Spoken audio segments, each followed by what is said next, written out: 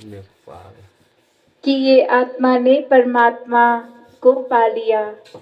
कि ये बस एक हर जगह है। अब ये अपना ऐसा बन गया है कि ताउम्र ये जीवन भर यही है, हर समय, हर सोच में, हर ख्याल में, हर कदम में। कोई भी फिर किसी को चोट पहुंचाने वाला काम होगा ही नहीं, जब हर एक में इसके दर्शन होंगे। तो यही संतों ने हमेशा चेतन करते हुए इंसान को कहा है कि श्वासों का पता नहीं, कभी भी मौत आ जाएगी, तो जीते जी इस आत्मा का मिलन परमात्मा से कराओ। ये ब्रह्म ज्ञान से अपने जीवन को भी जहाँ एक बहुत ही सहजता से जी लोगे, वहीं जीवन खत्म होने पर ये साल्वेशन, ये मुक्ति, ये भी प्राप्त हो जाएगी। तो इन्हीं शब्दों से दासी अपनी वाणी को विराम देगी। सत्संगत जी, धन निरंकार जी। धन निरंकार जी।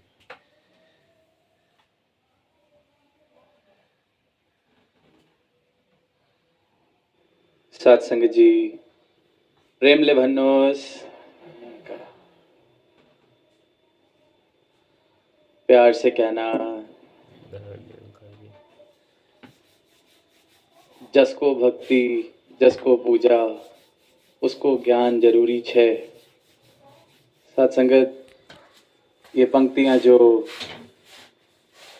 मंच के पीछे हरदेव वाणी की ये जो पंक्तियां कि जिसकी भक्ति, जिसकी पूजा, उसका ज्ञान जरूरी है। तो यहाँ मौजूद इस समागम में हर एक संत जो सद्गुरु के चरणों से ब्रह्म ज्ञान की दात को प्राप्त कर चुका है, इस परमात्मा को अपनी झोली में डाल चुका है, वो इस बात की गवाही देता है कि ये कितना ज़रूरी है कि जिसकी भक्ति, जिसकी पूजा, उसका ज्ञान कितना ज़रूरी है, इस ईश्वर की पहचान कितनी ज़रूरी है। क्योंकि पूजा पाठ, कर्मकांड अलग अलग तरीके से इस परमात्मा को बिना जाने, बिना पहचाने हम सभी किसी न किसी तरीके से पूज रहे थे, पाठ कर रहे थे, कहीं किसी विशेष स्थान पर सोचते थे कि परमात्मा है, कहीं किसी विशेष घड़ी में सोचते थे कि इसके नाम का जब उच्चारण किया जाएगा तो परमात्मा तक आवाज़ पहुंचेगी। कोई सोचता है कि फलाना फलाना त्याग कर देंगे, जीवन में ये चीज़ें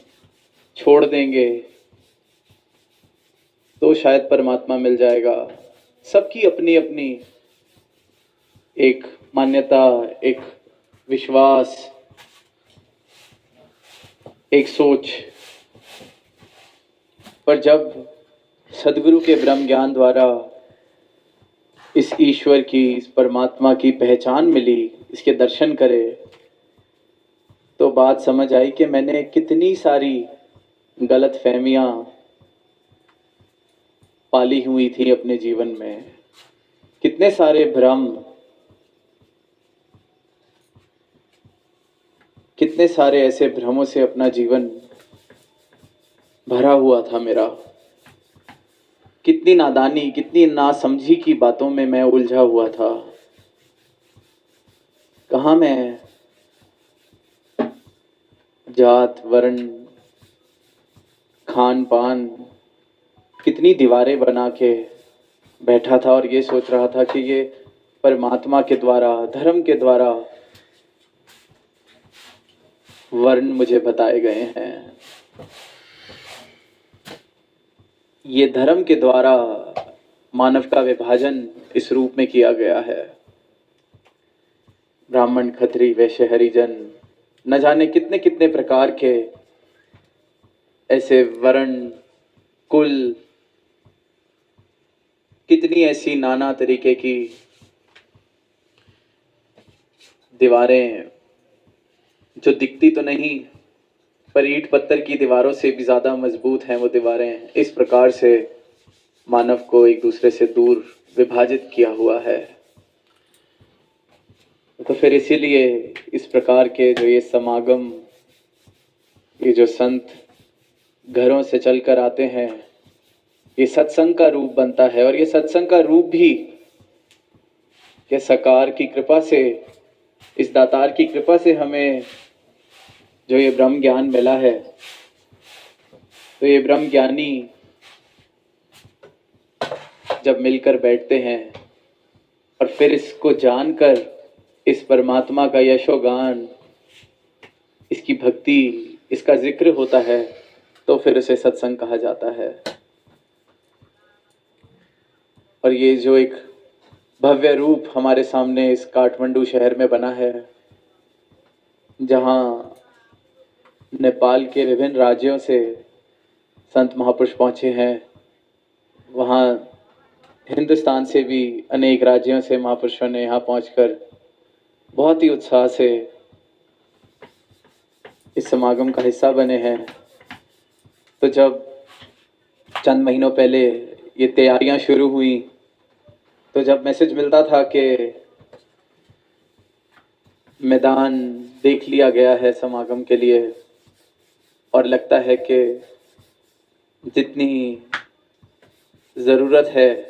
उसके हिसाब से हमें जगह मिल भी गई है, पर फिर वही आज जो ये रूप बना है, तो दिख रहा है कि यहाँ नेपाल के संतों ने इतने प्रेम से इस समागम स्थल को तैयार किया, तो आप सब ने उतने ही प्रेम से इन सेवाओं को प्रवान करके यहाँ पहुँचकर उनकी सेवाओं को चार चांद लगाए हैं अपनी हाजिरी से।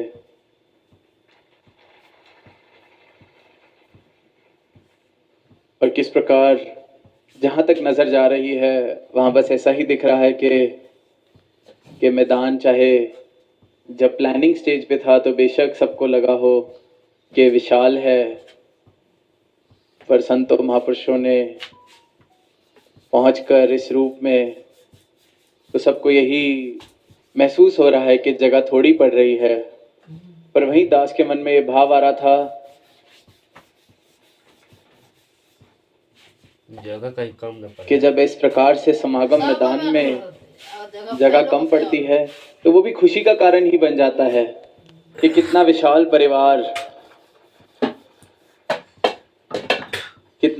परिवार सदगुरु के चरणों से जुड़ता जा रहा है। इस निरंकार की पहचान कर कर सही मायनों में अपने जीवन में भक्ति का आनंद ले रहे हैं। और जन जन को, हर एक मानव को यही एक पैगाम, यही एक संदेश कि इस प्रभु परमात्मा का जिक्र तो बहुत मुबारक है, पर इसकी खबर, इसके दर्शन, ये भी पहले आप प्राप्त कीजिए, फिर जिक्र में और आनंद। जैसे कितनी बार हम एक बड़ी साधारण सी मिसाल, बड़ी साधारण सी बात सुनते हैं कि सिर्फ रोटी रोटी बोलने से या सिर्फ पानी पानी बोलने से ना प्यास बुझती है, ना भूख मिटती है, पर एक बार जो पानी पी ले या रोटी खा ले, उसका पेट भी भरता है और फिर उसको समझ आ जाता है कि रटन में कुछ नहीं रखा, जब तक इसको प्राप्त ना करा, ग्रहण ना करा। उसी प्रकार जिसके जीवन में परमात्मा आ जाता है, वो भी फिर यही गवाही देता है कि रटन तो रटन ही है, उससे किसी तरह से मेरी रूह की, मेरी आत्मा की तृप्ति नहीं हुई, कोई आनंद मैंने महसूस नहीं किया। पर जीवन में जब ये सही मायने में सदगुरु के ब्रह्म ज्ञान द्वारा मेरे जीवन में परमात्मा बस गया, तो आनंद की शुरुआत, तो सुकून की शुरुआत, तो भक्ति की शुरुआत सही मायनों में हुई। यहाँ भी हम देख रहे हैं कि कहने को तो नेपाल, पर कितनी सारी भाषाओं का आज उपयोग किया गया इस एक संदेश को देने